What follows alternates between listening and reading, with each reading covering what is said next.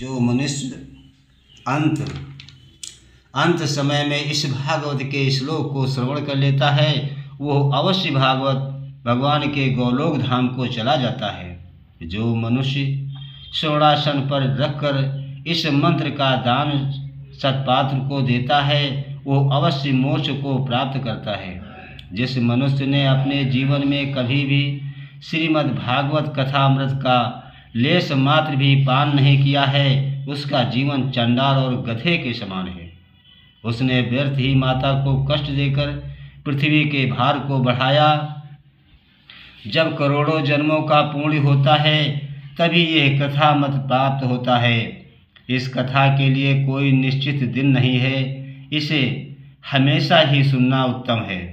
सबसे उत्तम विधि सप्ताह पारायण ही है। उसको माघ मास में श्रवण करने से सर्वोत्तम फल प्राप्त होता है। जो पूर्ण तप योग और समाधि इत्यादि से नहीं मिलता है वो सप्ताह श्रवण से सुगमता से प्राप्त हो जाता है। यह सप्ताह श्रवण तप यज्ञ तीर्थ सेवन आदि सभी से बढ़कर है। शौनक जी बोले, हे सूत जी, यह आपने बड़ी अपूर्व बात कही कि श्रीमद् भागवत पुराण का महात्म्य कितना उत्तम है, किंतु यह ज्ञान इत्यादि सभी उपायों से बढ़कर किस प्रकार हो सकता है।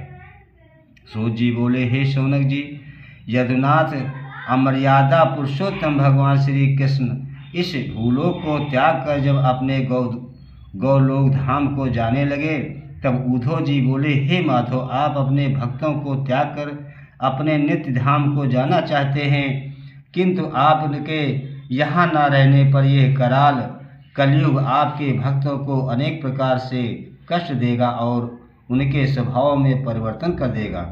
अधर्म चारों ओर फैल जाएगा, तब यह पृथ्वी किसका आश्रय लेगी। हे भक्तवत्सल, आपके अतिरिक्त इस पृथ्वी का आश्रयदाता और कोई नहीं है।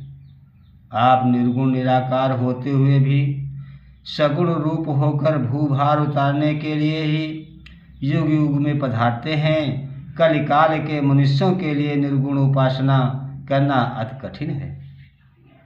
फिर किस प्रकार से यह वैष्णव धर्म रहेगा।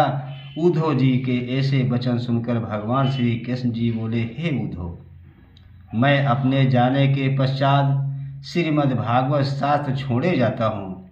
इस शास्त्र में मैं स्वयं विराजमान हूँ, वह मेरी साक्षात वाणी है। इसके सेवन श्रवण पाठ तथा दर्शन मात्र से ही प्राणियों के सब पाप दूर हो जाएंगे।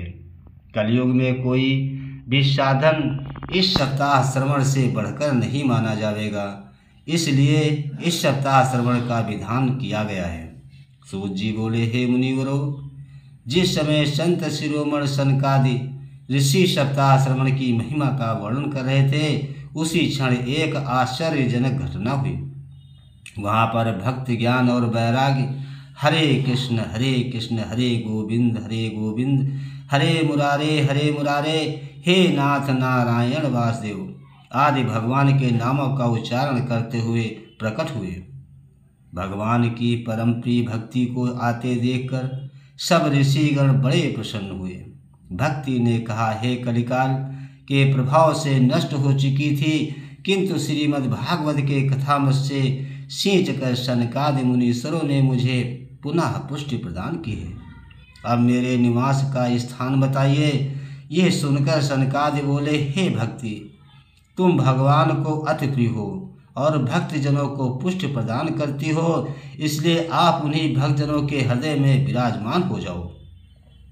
कलिकाल के समस्त दोष संसार को ही तृप्ति कर सकेंगे, किंतु तुम्हारा वहाँ पर कुछ भी न बिगाड़ सकेगा।